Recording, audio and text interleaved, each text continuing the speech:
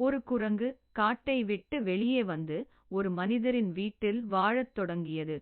அது மனிதரைப் போலவே நாற்காலியில் உட்கார்ந்து டிவி பார்த்து ஸ்பூன் கொண்டு சாப்பிடத் தொடங்கியது.